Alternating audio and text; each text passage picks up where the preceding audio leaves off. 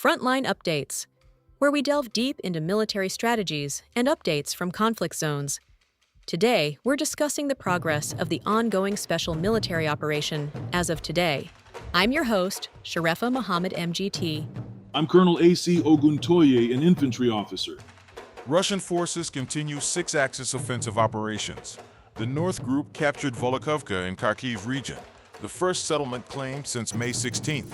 The East Group continues advancing into depth with the highest reported enemy losses of 315 troops. Air defense shot down 651 UAVs, a significant rebound from the previous day's 265, indicating renewed Ukrainian drone activity. Total reported Ukrainian losses exceed 1,175 troops across sectors. A dedicated strike on long-range UAV assembly facilities and energy and port infrastructure signals continued strategic interdiction. Welcome to Frontline Updates, the podcast that brings you in-depth insights into military operations from those leading them on the ground. Today, we're joined by Colonel A.C. Oguntoye, an infantry officer monitoring critical missions on the progress of the special military operation as of today. Colonel Oguntoye, thank you for being with us. Thank you, it's good to be here. Colonel, the headline from today's briefing is the capture of Volokhovka by the North Group. Why is this settlement significant, and what does it tell us about Russian intentions in Kharkiv region? Volokhovka is not a large city. It is a settlement, likely a village or small town. But its capture matters for several reasons. First, it is the first territorial gain claimed by the North Group since May 16th, when the West Group took Borovaya and Kharkovka. That tells us that the North Group has shifted from simply improving tactical positions to actually seizing and holding ground. Second, Volokhovka is located in Kharkiv region, near the border with Russia. By establishing control there, Russian forces are expanding their buffer zone and potentially threatening Ukrainian supply routes that run from Kharkiv city eastward towards the Donbass. The briefing notes that the North Group also struck Ukrainian formations near Rubezhnoye, Ryaznoye, and Budarki in Kharkiv, and across the border in Sumy region near Bachevsk, Volnaya Sloboda, and Zapsly. So this is a coordinated pressure across two oblasts. A follow-up on that. The North Group also engaged a Ukrainian border detachment in Sumy. Why does that keep appearing? The State Border Guard Service of Ukraine has been fully militarized. They operate checkpoints, conduct counter-infiltration patrols, and man trench lines along the entire Russian-Ukrainian border. By targeting them, Russian forces are systematically clearing the immediate border area of organized resistance. This is a necessary precondition for any deeper incursion into Sumy region. It also sends a clear message that no Ukrainian uniformed service, whether Army, National Guard, or Border Guards, is safe from attack. The border detachments are often less well equipped than regular Army brigades, but they are still capable of delaying an advance. Reducing them now simplifies future offensive operations. Now, let's move to the West Group. They took more advantageous lines and positions, the same phrasing as yesterday, and inflicted losses of 190 troops, 4 AFVs, 21 motor vehicles, and 3 field artillery guns. No electronic warfare stations were destroyed in this sector today. What does that shift tell you? The West Group's focus appears to have shifted from EW degradation to direct firepower destruction. 4 AFVs and 3 artillery guns is a significant kill count. The absence of EW station kills does not mean they are ignoring electronic warfare.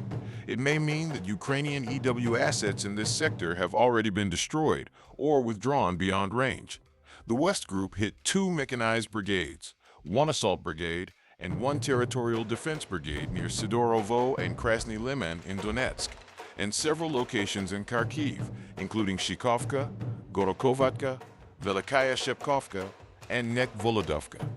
That is a wide front. By taking more advantageous lines, they are likely occupying terrain that gives them better observation over Ukrainian positions or shorter supply routes. The 21 motor vehicles destroyed, trucks probably, suggests ongoing interdiction of Ukrainian logistics. Without trucks, ammunition and food do not reach the front. The South Group improved the tactical situation and caused losses of 160 troops, 3 AFVs, 25 motor vehicles, 4 artillery guns, and 2 electronic warfare stations. That is a higher number of artillery guns destroyed than in other sectors. What is happening in Donetsk? The South Group is conducting a classic shaping and attrition battle. They hit 1 mechanized brigade, 1 motorized infantry brigade, and 1 assault regiment near Novosolovka, Malinovka, Tikhonovka, Ray Alexandrovka, Kramatorsk, and Konstantinovka. Those are all in Donetsk, many of them urban or semi-urban areas. The destruction of 4 artillery guns and 2 EW stations is notable. That suggests that Russian counter-battery efforts in this sector are highly effective. They are locating Ukrainian gun positions and hitting them. The 25 motor vehicles lost is also high. The South Group's mission appears to be to fix Ukrainian units in the Donetsk urban belt, while systematically degrading their fire support and logistics. The relatively moderate troop loss, 160, indicates that large-scale infantry assaults are not the main effort here. Instead, Russian forces are using artillery, drones, and limited ground probes to wear down the defenders. The Center Group again took more advantageous lines and positions and inflicted 280 troop losses, 3 AFVs, 11 motor vehicles, 2 artillery guns, and 1 electronic warfare station. They also engaged 2 National Guard brigades, continuing a pattern. Why does the Center Group keep facing National Guard units? The Center Group is operating in the Donetsk-Dnipropetrovsk border area, near Raypol, Podgavrilovka, Novopodgorodnoye in Dnipropetrovsk, and Matyashevo, Dobropali, Sergeyevka, Artema, and Kucherov Yar in Donetsk. This is a high-priority sector because it threatens the administrative boundary of Dnipropetrovsk. Crossing into that oblast would be a major psychological and operational blow. The fact that the Center Group is facing 2 National Guard brigades, alongside 2 mechanized brigades, 1 assault brigade, 1 airmobile brigade, and 1 assault regiment, tells me that Ukraine has exhausted its regular army maneuver brigades in this area. National Guard units are being fed into the line as a stopgap. They often have less heavy armor and less artillery training. Their presence is an indicator of strain. The Center Group's ability to take advantageous lines while killing 1 EW station and 2 artillery guns suggests they are slowly gaining fire superiority. Now, the East Group, they continued advancing to the depth of the enemy's defenses and inflicted the highest casualties of any sector. Over 315 troops, 3 AFVs, 6 motor vehicles, and 1 artillery gun. What makes the East Group so lethal today? The East Group is conducting a penetration and exploitation against some of Ukraine's best units. Look at the list of Ukrainian formations they engaged. 1 mechanized brigade, 2 assault brigades, 2 air assault brigades, 2 air assault brigades, 2 assault regiments, and 1 territorial defense brigade. Assault brigades and air assault brigades are elite, highly mobile units, often used for counterattacks and rapid reinforcement.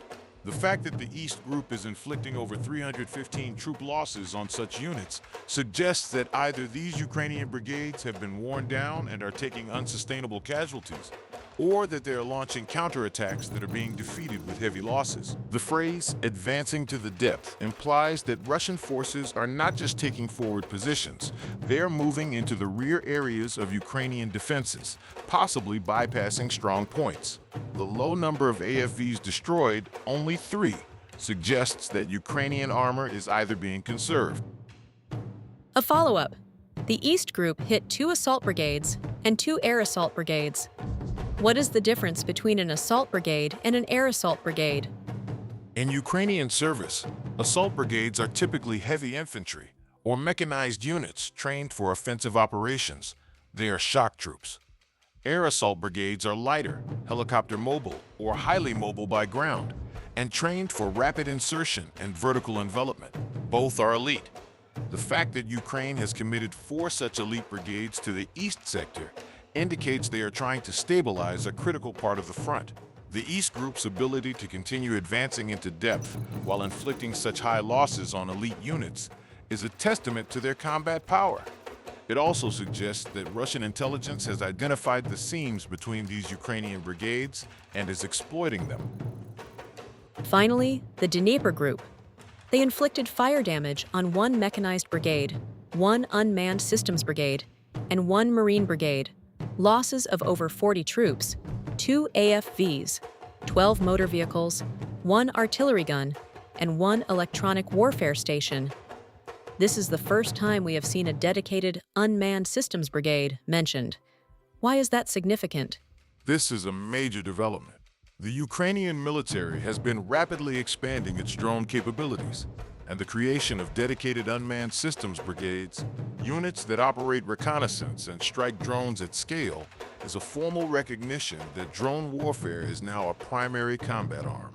The DPR group specifically targeted one of these brigades near Novorossiysk and Tomarino in Kherson, and also hit mechanized and marine units near Grigorovka and Preobrazhenka in Zaporizhia. By striking an unmanned systems brigade, Russian forces are going after the command and control nodes of Ukraine's drone war.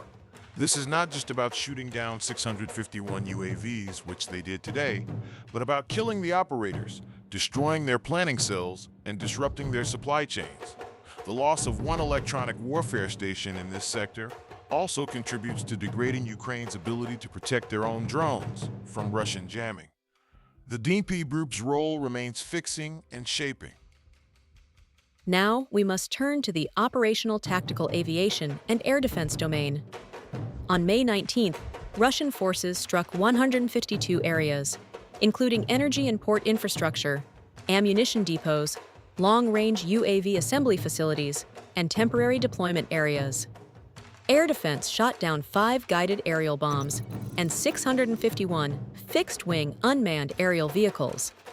That is a sharp rebound from yesterday's 265. What does that tell us about the state of the drone war?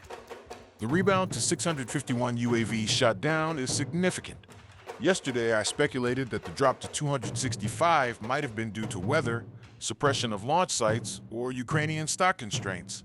Today's figure suggests that Ukrainian drone operations have resumed at high intensity, or that Russian air defense detection and engagement rates have improved. 651 is a very high number. It means that Russian air defense systems, including electronic warfare, short-range systems like Panzer and Tor, and even small arms, are engaging and destroying more than 27 UAVs per hour. That places enormous pressure on Ukraine's drone production and resupply. But equally important are the targets being struck by Russian aviation and missiles, energy and port infrastructure, ammunition depots, and long-range UAV assembly facilities. Colonel, thank you for providing such a detailed briefing on the current military situation. Your insights are invaluable to our understanding of the conflict's dynamics, and thank you to our listeners for tuning in. Join us next time as we continue to provide up-to-date coverage on global military affairs. Stay with us for more updates and expert analyses on global defense and security issues. Stay informed, stay secure. Thank you for the opportunity. I want to emphasize that the cumulative totals for aircraft and helicopters have remained unchanged. 671 aircraft and 284 helicopters since the beginning of the operation.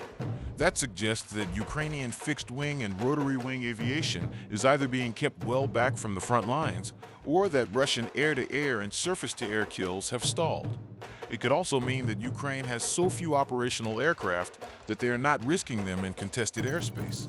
Either way, the air war has shifted almost entirely to unmanned systems. The 651 UAVs shot down versus 5 guided bombs from manned aircraft tells the story. Drones are now the primary aerial threat. This has been Frontline Updates. Subscribe for daily military briefings and in-depth strategic analysis. Visit our platform for maps, transcripts, and exclusive frontline updates from commanders in theater.